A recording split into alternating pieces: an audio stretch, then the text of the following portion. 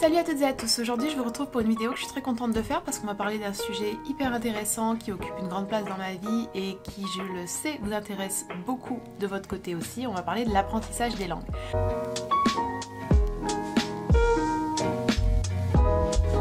Avant toute chose, cette vidéo est en partenariat avec Amazing Talker et je suis très contente de pouvoir faire cette vidéo avec eux parce qu'ils offrent un service auquel je crois tout à fait. Donc Amazing Talker vous propose en fait d'avoir des cours dans diverses langues avec des professeurs qui sont sélectionnés et qui ont bien évidemment des expériences différentes en fonction des résumés que vous pouvez voir en ligne au sujet de ces professeurs.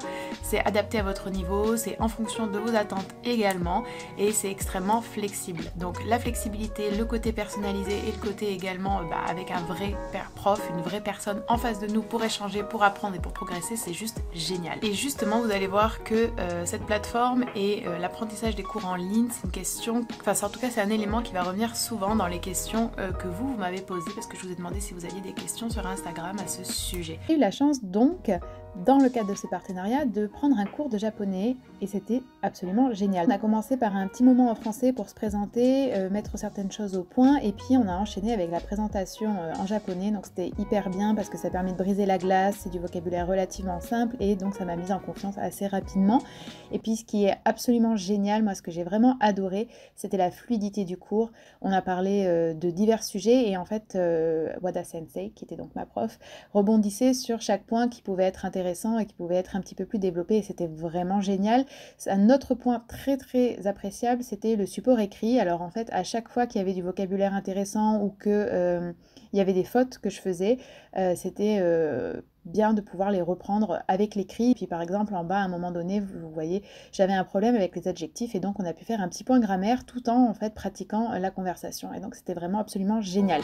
Bon, pour vous donner quand même une idée, je vous laisse là un petit moment de moi me débattant avec le japonais. 多分2年後日本に1年間行きたいから日本人と話したいと思います。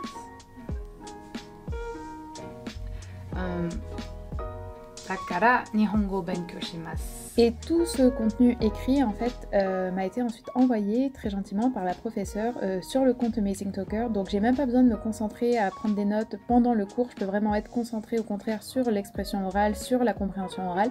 Et puis après tranquillement à mon rythme, je peux reprendre les différents mots de vocabulaire, les différents aspects de grammaire. Salut! Je vous retrouve juste après le cours et je suis super contente donc je voulais vous donner ma réaction à chaud. C'est la première fois que je prenais un cours en ligne comme ça et vraiment j'ai trouvé que c'était une expérience vraiment géniale. Donc comme vous l'aurez vu là je vous ai montré un petit peu à quoi ressemble le cours, je vous ai expliqué un peu pas à pas parce que effectivement je pense pas que le plus important ou le plus intéressant pour vous ce soit d'entendre le japonais mais juste de vous montrer un petit peu l'organisation du cours avec en tout cas 7 professeurs. C'est vraiment super cool parce que c'est ultra personnalisé. Ce sont des profs qui sont là aussi pour vous mettre à l'aise, pour voir un petit peu quels sont vos objectifs, quel est votre niveau et donc préparer des cours et vous proposer un contenu qui soit vraiment en adéquation avec ce dont vous avez besoin. Et j'étais un petit peu stressée, je vais pas vous mentir, parce que voilà, team angoisse, stress, nervosité de ce côté-là et en fait ça s'est super bien passé, j'ai vraiment adoré et je pense que c'était un petit peu peut-être le signe pour me mettre le pied vraiment à l'étrier et me dire qu'il fallait que je continue parce que c'est une façon en fait super de pratiquer une langue. Comme vous le voyez maintenant, il est tard quoi.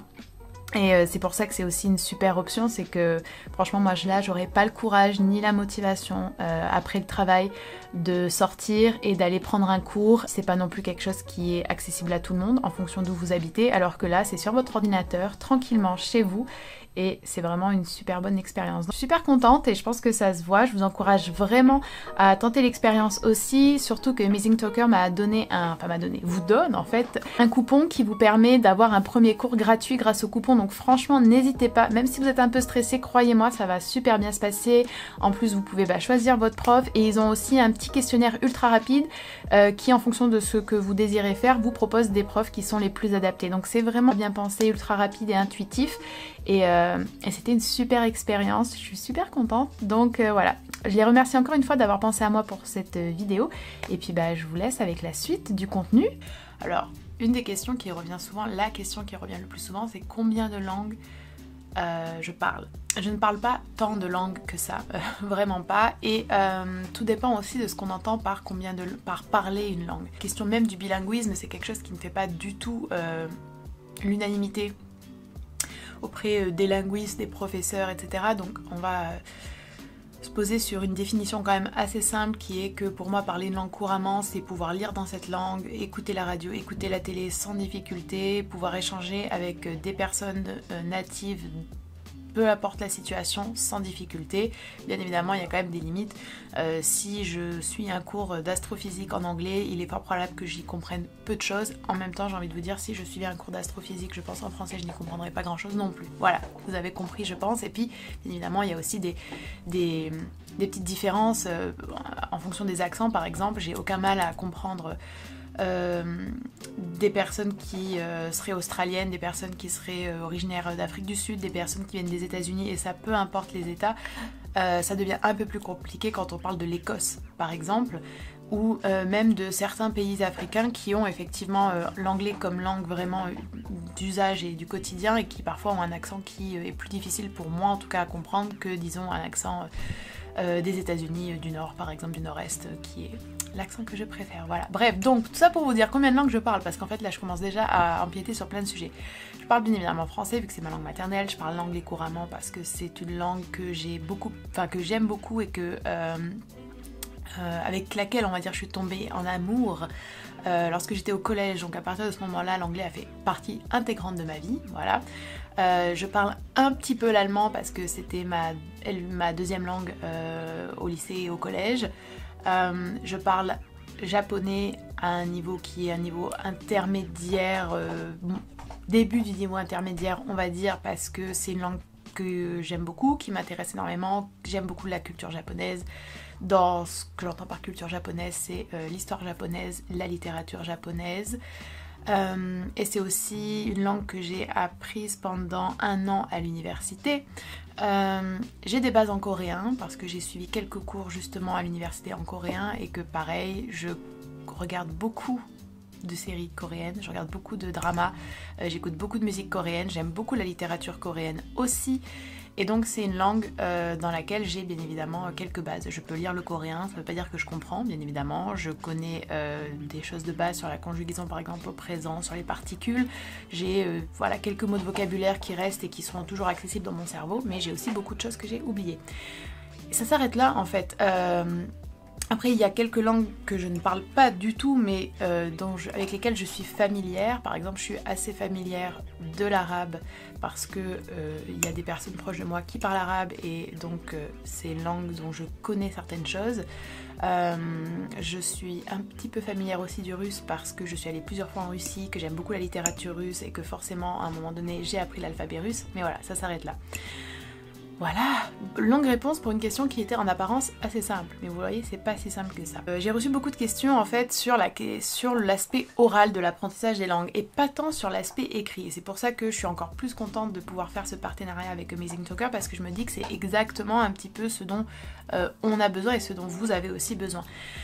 L'une des questions que j'ai reçues, et sous diverses formes en fait, c'était comment parvenir à pratiquer l'oral quand on n'a pas confiance en soi, quand on est timide, quand on n'a personne aussi avec qui pratiquer.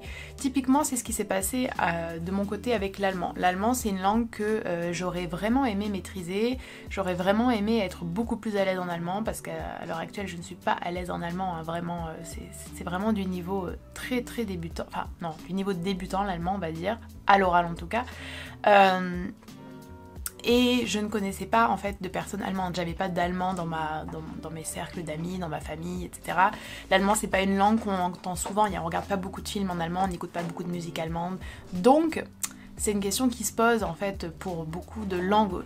J'imagine que si vous apprenez aussi, je sais pas moi, peu importe, j'ai envie de dire l'hindi ou même le tamoul, c'est des langues aussi qui sont pas, en tout cas en Occident, extrêmement présentes. Ensuite, il y a la question de la confiance en soi. Ça, c'est une énorme question, et c'est quelque chose qui résonne tout particulièrement en moi parce que c'est un énorme point sensible. Et ce qui est assez intéressant, c'est de voir que c'est pas le cas pour toutes les langues. Je serais très curieuse de savoir si c'est pareil pour vous. Je n'ai pas de difficulté, par exemple, à parler en coréen, dans le sens où j'ai pas peur de faire des fautes quand je parle en coréen, j'ai pas peur qu'on me reprenne, j'ai pas peur de mal prononcer, je me sens pas mal à l'aise. Par contre, par exemple, le japonais, qui est la langue que je maîtrise le mieux en fait après l'anglais, c'est une langue qui est pour moi très émotionnellement chargée, parce qu'en fait à l'université ça s'est pas très bien passé, c'était une période de ma vie compliquée, donc forcément beaucoup de choses, vous voyez, se sont un petit peu, agrippée à la langue japonaise, alors qu'il n'y a pas vraiment de rapport, bien évidemment, et donc c'est une langue avec laquelle je suis pas très à l'aise à l'oral, j'ai très peur de faire des fautes, ce que je fais bien évidemment, ce qui est tout à fait normal. J'ai peur aussi de ma prononciation, j'ai peur de ne pas me faire comprendre, j'ai peur de voir en fait que je n'ai pas un niveau assez... un niveau qui ne correspond pas au nombre d'années d'études que j'ai faites sur cette langue, bref.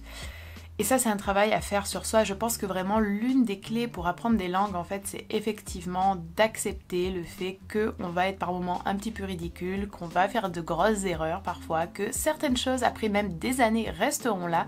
Il y a des choses en anglais, il y a des erreurs que je fais encore en anglais. Je sais que ce sont des erreurs, mais on va dire que ça sort tout seul. Et c'est normal aussi. Et quand on est timide, effectivement, c'est pas facile. Et quand on est plutôt anxieux, ce n'est pas facile. C'est pour ça que il me semble qu'avoir des cours entre guillemets particuliers, si on peut se le permettre, c'est vraiment quelque chose de génial. Personnellement, j'adorerais par exemple suivre des cours de langue, mais je sais que me retrouver dans une classe avec d'autres personnes, ce serait pour moi extrêmement anxiogène, surtout que souvent les classes ne sont pas forcément faites par niveau, ou en tout cas pas faites de façon... en tout cas, même au sein d'une classe qui se voudrait être une classe de niveau, il y a souvent des disparités, il y a des niveaux très hétérogènes, et ça peut être très déstabilisant et assez paralysant pour des personnes qui sont moins à l'aise et qui sont plus timides. Donc vraiment, à ce niveau-là, il y a un travail à faire sur soi, bien évidemment, qui est de se dire je veux apprendre une langue, je veux m'exprimer, donc forcément il va falloir que je fasse un travail pour pouvoir être plus à l'aise à l'oral, mais il y a aussi des outils à mettre en place et des cours particuliers et des cours qui en plus sont effectivement disponibles sur internet et qui ne nécessitent pas donc du coup de se déplacer, de prendre encore plus de temps dans sa journée ou dans sa semaine. C'est vraiment quelque chose de très utile, et c'est quelque chose que je recommande fortement parce qu'il n'y a pas de secret, il faut pratiquer. Il faut pratiquer, il faut pratiquer, il faut pratiquer, il faut pratiquer. L'une des astuces que j'ai vraiment énormément utilisées pour l'apprentissage de l'anglais, c'est de parler toute seule. Et oui, ça peut sembler très bizarre, mais c'est ce que j'ai fait.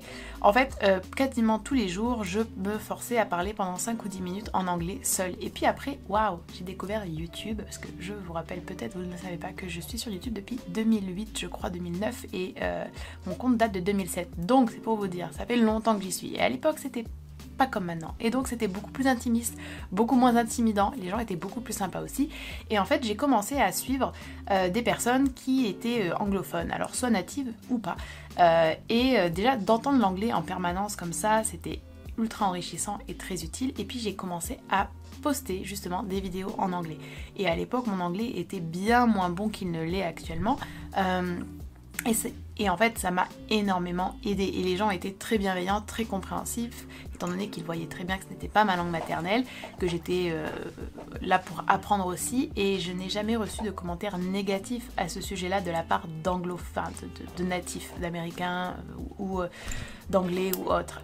Et ça c'est un exercice qui a été vraiment l'un des meilleurs exercices. Donc pratiquer c'est essentiel. Je pense que vous savez quand on est... Alors je suis prof de FLE et prof de lettres, donc c'est un peu la prof qui parle, mais en fait il y a des compétences langagières. Et dans les compétences langagières, il y a la prise de parole en continu, qui est donc en gros ce que j'ai travaillé avec YouTube, et il y a aussi la prise de... le dialogue, l'échange. Et ça c'est quelque chose qu'on ne peut bien évidemment travailler qu'en pratiquant la langue avec quelqu'un. Et je pense que si on a la possibilité de le faire, bien sûr c'est 1000 fois mieux de pouvoir pratiquer la langue avec une personne native ou quelqu'un qui a un excellent niveau, un niveau du genre C1 par exemple. Et donc des plateformes comme Amazing Talker qui sont vraiment ultra flexibles, comme je l'ai dit, avec des prix qui varient en fonction des profs, c'est vraiment une option que je vous recommanderais si vous êtes sérieux et sérieuse dans l'apprentissage d'une langue. En tout cas moi pour le japonais, c'est vrai que c'est quelque chose qui me semble très pertinent et tout à fait indiqué. Ensuite, vous m'avez aussi posé pas mal de questions par rapport à la lecture et à la littérature, parce que vous le savez, j'ai aussi une chaîne basée sur la littérature, et la littérature c'est ma vie, j'adore la littérature, voilà. Et je trouve que lire dans une langue est un excellent exercice également. Je me souviens qu'en fait quand j'ai appris l'anglais, donc j'étais comme je vous le disais au collège, je traduisais avec un dictionnaire, et pas avec internet, je traduisais avec un dictionnaire les paroles des chansons que j'aimais beaucoup. Je me souviens avoir traduit tout le premier album de James Blunt pour vous dire. Et je faisais ça durant mes vacances parce qu'en fait c'était amusant. J'étais contente de progresser, contente de découvrir de nouveaux mots, contente aussi de comprendre davantage le sens des chansons que j'aimais beaucoup. Et petit à petit, forcément, je me suis aussi dirigée vers la lecture. Et notamment la lecture avec des éditions bilingues. Je me souviens de la lecture de Ligeia d'Edgar Allan Poe en version bilingue, et ça avait été un moment génial. C'était aussi des éditions qui étaient vendues avec le CD à l'époque, et donc j'écoutais en fait la phrase, je faisais pause et j'essayais de répéter pour coller au mieux à ce que j'avais entendu. C'est quelque chose que je continue de faire en fait, d'acheter des éditions bilingues, déjà parce que j'adore ces objets livres là, mais aussi parce que c'est hyper utile. Par exemple ici vous voyez, j'ai 24 heures de la vie d'une femme de Stefan Zweig, 24 Stunden aus dem Leben einer Frau. Donc c'est une édition bilingue, vous avez la langue, le texte en allemand, même si Zweig est autrichien, mais voilà, et la traduction française ici, et ça c'est quelque chose que j'aime énormément. Parce que par exemple l'allemand, pour moi c'est une langue que je veux maintenir à un niveau, je veux pas perdre tout mon allemand, concrètement. Je n'aspire pas à, enfin si je pouvais, je voudrais bien être bilingue entre guillemets en allemand, mais je sais que c'est pas pour tout de suite. Je sais que j'ai d'autres priorités, je sais que je suis pas assez plongée dans la culture et dans la langue allemande, mais je ne veux pas perdre tout mon allemand. Et je veux aussi avoir accès au texte de la façon la plus fidèle possible. Donc ça, c'est parfait. Parce qu'effectivement, mon niveau en allemand, par exemple, me permet, avec la traduction, de comprendre les mots de vocabulaire qui me manquent, de comprendre aussi la syntaxe de la phrase, et ça me fait travailler. Donc ça, c'est génial. Je l'ai fait aussi pour lire une nouvelle très courte de Thomas Mann, et en fait, j'avais été assez étonnée, par exemple, de voir que la langue allemande de Thomas Mann dans cette nouvelle n'était pas si complexe que ça du tout. Je le fais aussi pour le japonais, mais là c'est un petit peu plus compliqué déjà parce que le japonais, vous le savez peut-être, c'est une langue qui est très différente de la nôtre et qui repose entre autres sur des idéogrammes qu'on appelle les kanji, et les kanji il faut apprendre par cœur, il n'y a pas de secret. Mais vous voyez par exemple j'ai ici un recueil de nouvelles en japonais et en anglais, donc forcément là ça me fait doublement travailler étant donné que je n'ai même pas de français. Donc là vous avez la version anglaise et là vous avez la version japonaise. Vous voyez là aussi écriture à la verticale, ce que j'aime le moins d'ailleurs je crois aussi dans l'apprentissage de la lecture en japonais. Je préfère quand c'est horizontal, sans doute par habitude bien évidemment, et ça c'est quelque chose d'absolument utile et personnellement, vous voyez, c'est quelque chose qui correspond aussi à ma personnalité. Je prends beaucoup plus de plaisir en fait à apprendre ainsi, parce que j'arrive à accéder à un texte, je sens que je progresse, et en même temps ça me fait travailler la grammaire, la syntaxe et l'apprentissage des kanji, donc le vocabulaire, sachant qu'il faut aussi faire le tri, tous les kanji ne sont pas utiles de la même façon quand on est à un niveau A2 ou alors si on est en fait en fin de niveau B2 par exemple, c'est évident. Donc oui, lire des textes c'est extrêmement utile. Ce que vous pouvez faire aussi c'est vous abonner en fait à des comptes Instagram ou à des comptes Twitter. Ça c'est quelque chose que je faisais beaucoup à un moment pour avoir aussi la langue plus colloquiale, la langue parlée réellement, parce que le japonais de ces nouvelles ou même l'allemand en fait de Zweig ou de Thomas Mann, c'est pas ce qu'on entend dans la rue et c'est pas ce qu'on trouve non plus sur les réseaux sociaux, c'est la même chose qu'en français. Donc les réseaux sociaux, utilisons-les à bon escient pour avoir aussi accès à du contenu qui nous permet de voir la langue telle qu'elle est parlée par la majorité de la population, par une population en tout cas peut-être parfois plus jeune et moins dans un cadre moins formel.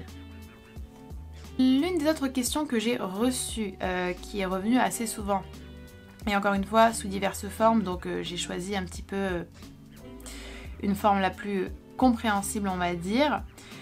Comment ne pas se décourager, comment ne pas culpabiliser,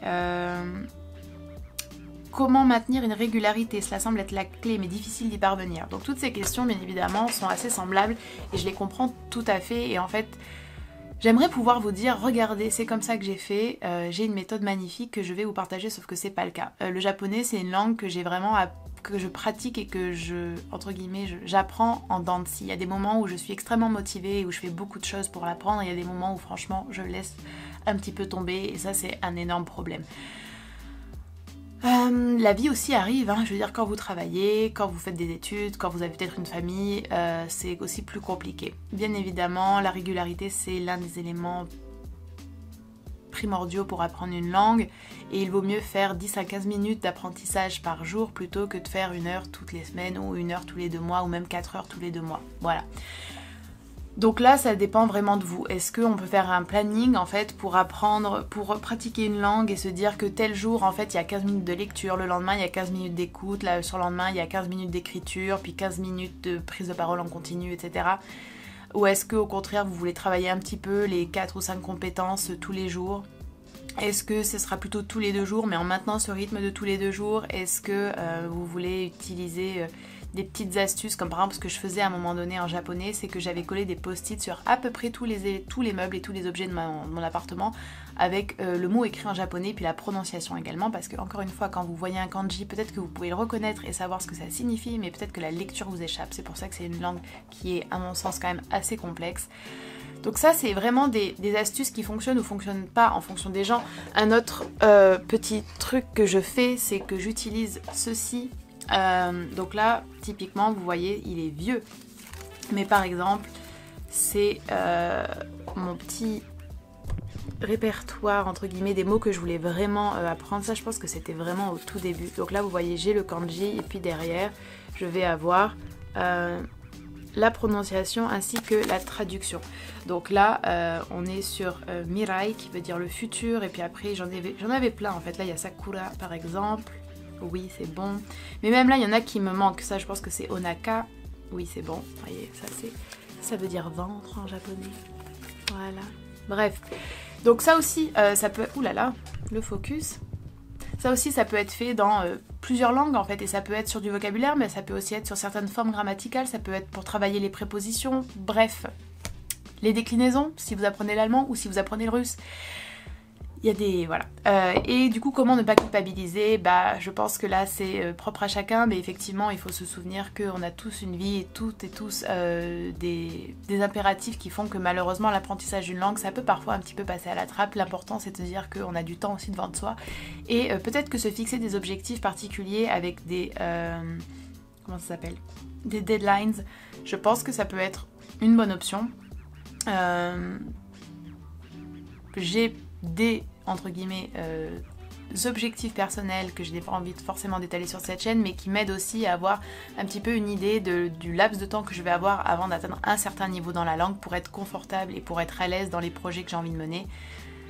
Ça, c'est quelque chose que vous pouvez aussi envisager de faire si c'est pour un futur voyage ou si c'est vous dire dans 1 an je veux être capable de tenir une conversation de tel niveau, ou dans 6 mois je veux être capable de lire ce poème, quoiqu'un poème c'est difficile, ou cette nouvelle, ou je veux être capable de comprendre les vlogs de tel ou tel youtubeur et youtubeuse. D'ailleurs les vlogs, très très bon outil pour apprendre, il me semble. Et je pense que j'ai un petit peu répondu à quand même pas mal de questions que vous m'avez posées, il me semble. Donc voilà, je vais m'arrêter là parce que ça fait déjà 20 minutes que j'en parle, mais si jamais vous avez envie qu'on revienne sur ce sujet et s'il y a des points particuliers que vous voulez qu'on développe, n'hésitez pas à me le dire en commentaire.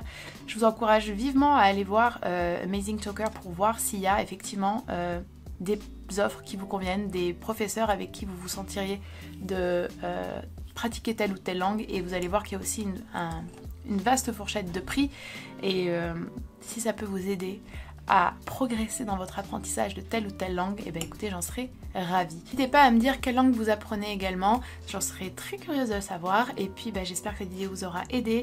Je remercie encore Amazing Talker pour le partenariat, et puis je vous dis à très bientôt. Bye bye.